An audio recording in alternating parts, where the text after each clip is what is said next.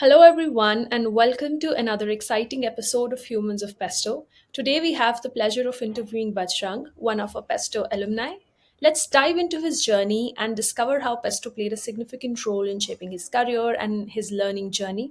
Bajrang, thank you for joining us today. Yeah, thanks, Lasha. I want to understand about your journey and how you got into coding.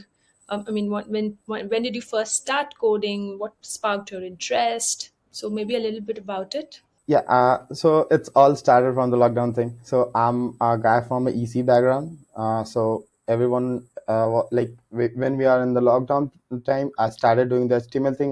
Then I got some interest in like HTML, CSS. Then I got to know about the JavaScript thing, and then I started doing JavaScript. Then I got more interest into the front end thing because like whatever the things you made changes on your code base, it will reflect on your UI. So I'm getting more excited on that. But yeah, but for the career perspective or for the skill set, when you are in the corporate or when you are in like and being a fresher, you should have to showcase your skill, otherwise there are a lot of competition.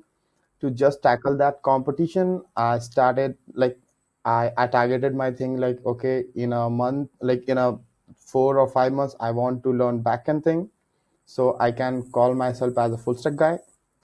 Yeah, so this is a kind of journey. Yeah, but yeah, this is how I started coding and all. I'm sure that you've had your self-paced learning, so you must have seen some challenges while you were learning to code or finding the right resources. So what was the biggest hurdle for you to actually get started on learning the intricacies of maybe front end, back end, whichever tech stack you pursued? There are bunch of YouTube tutorials that will help you out with that thing, but yeah, I must say there are also the bunch of YouTube tutorials that will just waste your time.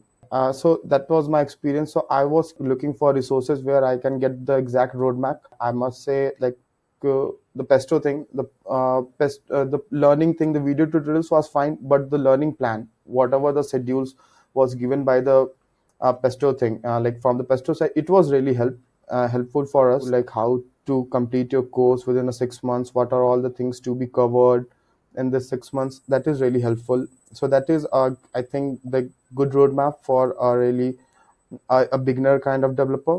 So I'm sure that navigating through tutorials would have been difficult because there's obviously a lot of them and not all of Yeah. them are helpful. So I wanted to understand that in this journey, how did you come across Pesto?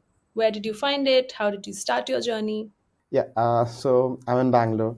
Bangalore is full of techies. So, like I used to ask my seniors, like, I want to learn these things, but I'm not getting a good resource and everything. But there are a bunch of like institutions are there who can claim that they will make you a full stack developer. So I did research and all, but after that thing, a few people suggested me like, yeah, Pesto is a kind of a good, like, he's best among the others. They will deliver you what they want, like what you want actually, and it's up to you. So the only thing I liked about the Pesto is like they are not claiming will give you like this much of offer and everything. It's totally depend on you how much effort you are doing and how much skill you are gaining from that all the Pesto thing. So that is also one of the good thing that I experience. I'm not sure about the others. So I want to talk a little bit about how you went from knowing one stack to becoming a full stack dev. So I know that when you are able to develop things from end to end, you're able to build your own products. You're able to actually work on a lot of side projects. So I Yeah. want to understand, how did the project phase that was part of your curriculum help you prep for the real world coding projects? More of a real world use case and working on it end to end with a team and a mentor. That is one of the exciting things. So you are making one guy are really confident about like, yeah, you are able to make a product, you can able to deliver a product, and you can develop anything from really scratch, just doing from um, like documentation, just doing it from HLD, LLD, doing it the UX, UI, and the developing the front end, back end, setting up the whole environment to like get it from your local system to the production system where anyone can come and use. Yeah, that is really exciting thing. After that completion of that product, we gained a lot of confidence, and that's what we are sitting somewhere and we are doing good.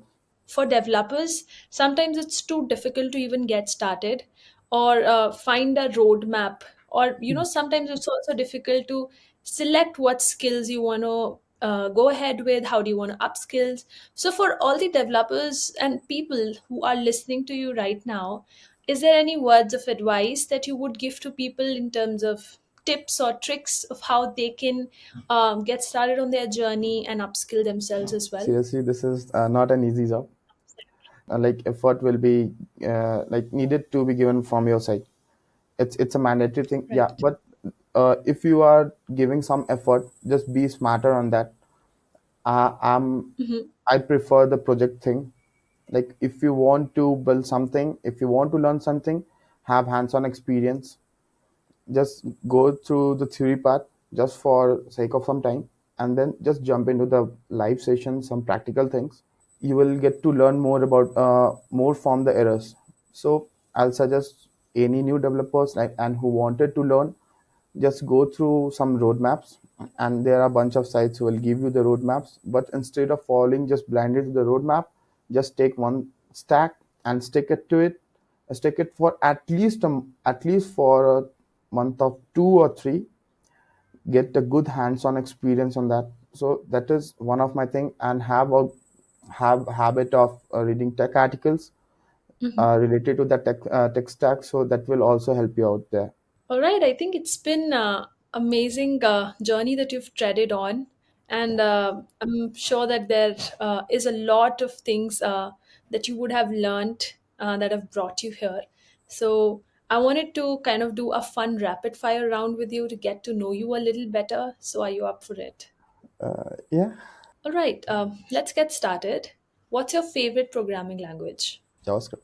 If there's any tech related skill you wish you had mastered sooner in your career, AI.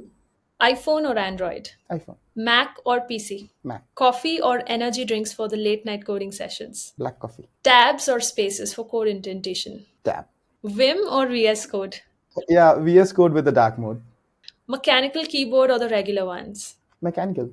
What's the best tech gadget that you own? My laptop. And that almost brings us to the end of our podcast.